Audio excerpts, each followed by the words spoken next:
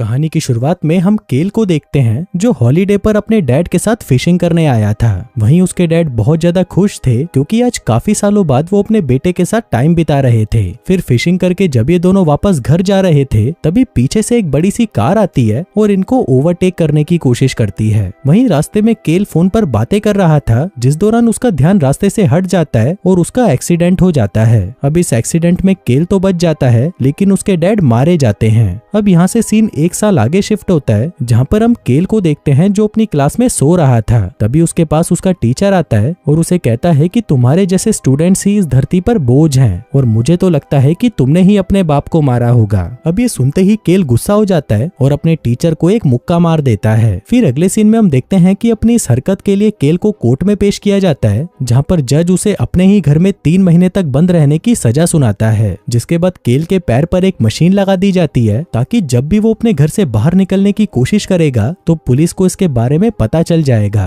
साथ ही ये machine waterproof थी और इसे निकाला भी नहीं जा सकता था। इसके बाद हम केल की मॉम को देखते हैं जो अपने बेटे की इन हरकतों से परेशान हो चुकी थी, इसलिए वो उसकी वीडियो गेम्स, उसका टीवी सब कुछ बंद करा देती है। अब ऐसे ही 2 दिन बीत जाते हैं और केल के पास करने के लिए कुछ नहीं होता। तभी उसकी नजर खिड़की के बाहर पड़ती है और वो देखता है कि उसके पड़ोस में एक नई फैमिली रहने आई है जिनमें उनकी एक सुंदर सी बेटी भी थी। अब केल उन्हें देख ही रहा था कि तभी उसके पड़ोस के कुछ बच्चे उसके घर के आगे गंदगी फैला जाते हैं। अब केल उन्हें पकड़ने के लिए उनके पीछे भागने लगता है जिसके चलते वो अपने घर से बाहर निकल जाता है। लेकिन तभी पुलिस वालों को इसका पता चल जाता है और वो उसे देखने के लिए उसके घर पहुंच जाते हैं। जिसके बाद वो केल और उसकी मॉम को लास्ट वार्निंग देकर वहां से चले जाते हैं। वहीं केल की नई पड़ोसन भी उसे इस हालत में देख लेती है जिससे पहले ही दिन अपनी पड़ोसन के आगे उसकी बेइज्जती हो जाती है। इसके बाद केल अपने घर से 100 फीट की दूरी पर एक पॉइंट बना लेता है ताकि उसे पता चल जाए कि इससे ज्यादा आगे जाने पर पुलिस उसके घर आ सकती है। इसके बाद वो अपनी पड़ोसन को अपने घर से छुप छुप कर देखने लगता है। अब क्योंकि केल पूरे दिन खाली पड़ा रहता था इसलिए वो अपने पड़ोस में होने वाली सभी चीजें देखता रहता था और साथ ही वो अपने दोस्त रॉनी को भी ये सब दिखाता था। जिसके बाद वो दोनों उसकी पड़ोसन को स्विमिंग करते हुए देखने लगते हैं। फिर एक दिन फाइनली केल की मुलाकात उसकी पड़ोसन से होती है जहाँ पर वो उसे अपना नाम एशली बताती है। अब ये दोनों यहाँ पर कुछ देर तक बातें करते हैं जिसके बाद एशली वहाँ से चली जाती है। फिर रात को टीवी पर एक न्यूज आती है जिसमें बताया जा रहा था कि पिछले कुछ हफ्तों में शहर से बहुत सारी लड़कियां गायब होती जा रही हैं और जो इनको किडनैप कर रहा है उसके पास एक नीले रंग की मस्टैंग है जिसके सामने वाले हिस्से पर डेंट पड़ा हुआ है। आगे केल फिर से एशली को देख रहा था जिस दौरान उसकी नजर अपने पड़ोसी मिस्टर रॉबर्ट पर पड़ती है जिसके पास भी एक ब्लू कलर की मस्टैंग थी और उसके कार के आगे भी डेंट पड़ा हुआ था।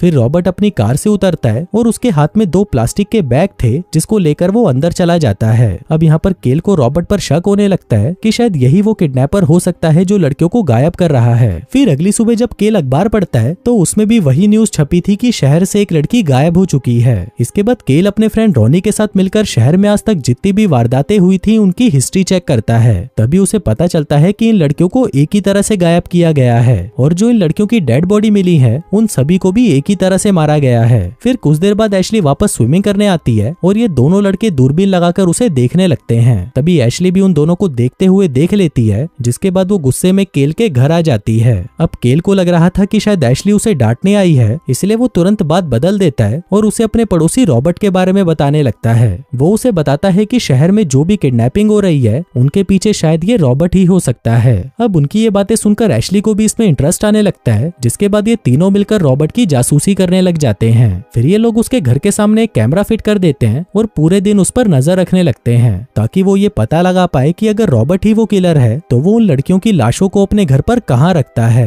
फिर उसी रात रॉबर्ट एक लड़की को अपने घर पर इंटीमेट होने के लिए लाता है जिस चीज को वो तीनों भी बड़े मजे से देख रहे थे। तभी वहाँ पर एशली को उसके घर से फोन आ जाता है और वो अपने घर पर वापस चली जाती है। जिसके बाद केल अकेला ही रॉबर्ट के घर पर नजर रखने लगता है। तभी वो देखता है कि जो लड़की रॉबर्ट के साथ इंटीमेट हो रही थी वो उससे बचकर भाग रही थी और हेल्प के लिए चिल्ला रही थी। लेकिन तभी वहाँ केल से गलती से कैमरे का फ्लैश चल जाता है और उसकी फोटो क्लिक हो जाती है। अब रॉबर्ट भी उस फ्लैश को देख लेता है जिसके बाद वो उस लड़की को वहाँ से जाने देता है। फिर अगले दिन रॉबर्ट केल के घर पर आता है क्योंकि वो उसकी मॉम को सुपरमार्केट से उसके घर पर ड्रॉप करने आया था। फिर रॉबर्ट केल को इनडायरेक्टली धमकी देता है कि उसने अपना अगला शिकार चुन लिया है और वो है केल की मॉम बारबरा, जो कहकर वो वहाँ से चला जाता है। अब केल ये सारी बातें जाकर एशली को बता देता है लेकिन एशली उसकी बातों पर ज्यादा ध्यान नहीं देती क्योंकि आज उसने अपने घर पर एक पार्टी रखी थी और उसके मॉम डैड भी आज रात घर से बाहर थे। जिसके बाद रात को एशली कई लड़कों को अपने घर पर बुलाती है और उनके साथ पार्टी करने लगती है। वहीं केल अपनी सजा के चलते उस पार्टी में नहीं जा सकता था, इसलिए उसे बहुत बुरा लगता है। इसके बाद केल को पता नहीं क्या होता है, वो अपने घर के बाहर जोर जोर से म्यूजिक बजाने लगता है, जिससे एशली की पार्टी खराब हो जाती है। फिर जब गुस्से में एशली केल से बात करने के लिए उसके घर पर आती है, तभी केल उसकी तारीफ करने लगता है और उसे इनडायरेक्टली प्रपोज कर देता है। अभी सुनकर एशली को भी बहुत अच्छा लगता है, जिसके बाद वो दोनों किस करने लगते हैं। लेकिन वहीं दूसरी तरफ रॉबर्ट अपने घर पर एक लड़की को लाता है और उसे मार डालता है। जिसके बाद वो उसे अपने बैग में बंद करता है और उसे अपने गैरेज में ले जाता है। फिर जब वो उस औरत को अपने गैरेज में ले जा रहा था,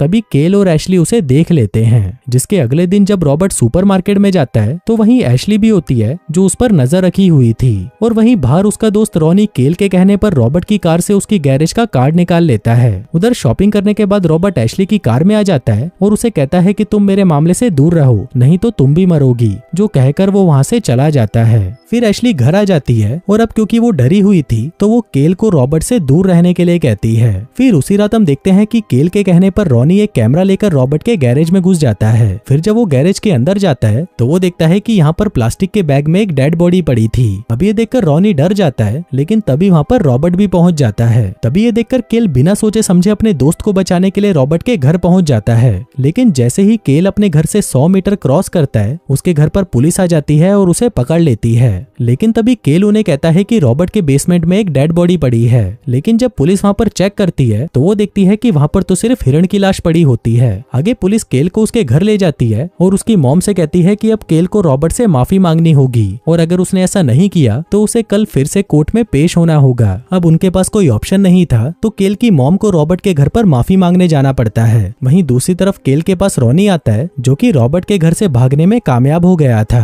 क्योंकि जब केल की वजह से पुलिस वहाँ पर आई थी, तो रॉबर्ट का ध्यान उससे भटक गया और वो अपना गैराज छोड़कर अपने घर के बाहर आ गया। तभी रॉनी इस मौके का फायदा उठाकर वहाँ से भाग गया। अब यहाँ पर केल अपनी मॉम को देखने की कोशिश कर रहा था, क्योंकि वो रॉबर्ट के घर पर उससे माफी मांगने गई थी। इसी दौरान रॉनी केल को रॉबर्ट के बेसमेंट की एक वीडियो क्लिप दिखाता है, जिसमें एक लड़की की डेड बॉडी की फुटेज कैद हो गई थी। अब ये देखकर केल को पूरी तरह से यकीन हो जाता है कि रॉबर्ट ही वो मर्डरर है। वहीं दूसरी तरफ हम केल की मॉम और रॉबर्ट को देखते हैं, जो कि आपस में बातें कर रहे थे। लेकिन तभी अचानक रॉबर्ट उसकी मॉम को मारकर बेहोश कर देता है। फिर वो वहाँ से केल के घर पर आता है और रॉनी के सर पर एक बेसबॉल बैट मारकर उसे भी बेहोश कर देता है। जिसके बाद वो सीधा जाकर केल पर हमला कर देता है। अब यहाँ पर केल उससे खुद को किसी तरह बचाते हुए 100 मीटर क्रॉस करने की कोशिश करता है, ताकि पुलिस वहाँ पर आ जाए। लेकिन तभी रॉबर्ट उसे भी मारकर बेहोश कर देता है। जिसके बाद वो उसे अपने घर पर ले जाकर बांध देता है। आगे वो उसे अपना मास्टर प्लान बताता है और वो उसे कहता है कि तुम्हें पुलिस को कहना होगा कि तुमने ही अपने दोस्त को मारकर बेहोश किया, क्योंकि तुम्हारा दोस्त तुम्हारी गर्लफ्रेंड के साथ गलत काम करता था। और साथ ही तुम ये भी कहोगे कि तुमने ही अपनी मॉम को भी मारा, क्योंकि तुम्हारी मॉम ने तुम्हारा जीना हराम कर दिया था। इसके बाद रॉबर्ट उसे भी मारने के लिए आता है, लेकिन तभी पीछे से एशली उसे दबोच लेती है। जिसके बाद केल और एशली मिलकर उसे फर्स्ट फ्लोर से नीचे गिरा देते हैं। इसके बाद वो दोनों एक कमरे में जाकर छुप जाते हैं, लेकिन तभी रॉबर्ट वहाँ पर भी पहुंच जाता है और दरवाजा तोड़ने लगता है। जिसके बाद वो दोनों बचने के लिए ऊपर से पूल में कूद जाते हैं। लेकिन क्योंकि केल को अपनी मॉम को भी बचाना था, तो वो वापस रॉबर्ट के घर में चला जाता है। वो अंदर जाता है और देखता है कि यहाँ पर हर जगह लाशें ही लाशें बिखरी पड़ी हैं, जिसमें से कुछ दीवारों पर थी तो कुछ बेसमेंट में। अब क्योंकि केल 100 मीटर क्रॉस कर चुका था, तो पुलिस भी उसे ढूंढते ढूंढते वहाँ पर पहुंच जाती है। तभी केल वहाँ पर देखता है कि रॉबर्ट ने कुछ बॉडीज को फ्रिज में जमा कर रखा हुआ था। इसी दौरान उसे वहाँ पर एक सीक्रेट रूम मिलता है, जिसके अंदर वो अपनी मॉम को ढूंढने चला जाता है। वहीं रॉबर्ट के घर पर पुलिस पहुंच जाती है, लेकिन तभी वहाँ पर रॉबर्ट आ जाता है और उस पुलिस वाले की गर्दन मरोड़कर उसे मार डालता है। और फिर वो केल को ढूंढने के लिए निकल पड़ता है। वहीं केल को उसकी मॉम मिल जाती है और वो उन्हें छुड़ाने लगता है, लेकिन तभी पीछे से रॉबर्ट आ जाता है और उन्हें रोकने लगता है। पर तभी केल की मॉम रॉबर्ट के पैर पर चाकू घुसा देती है।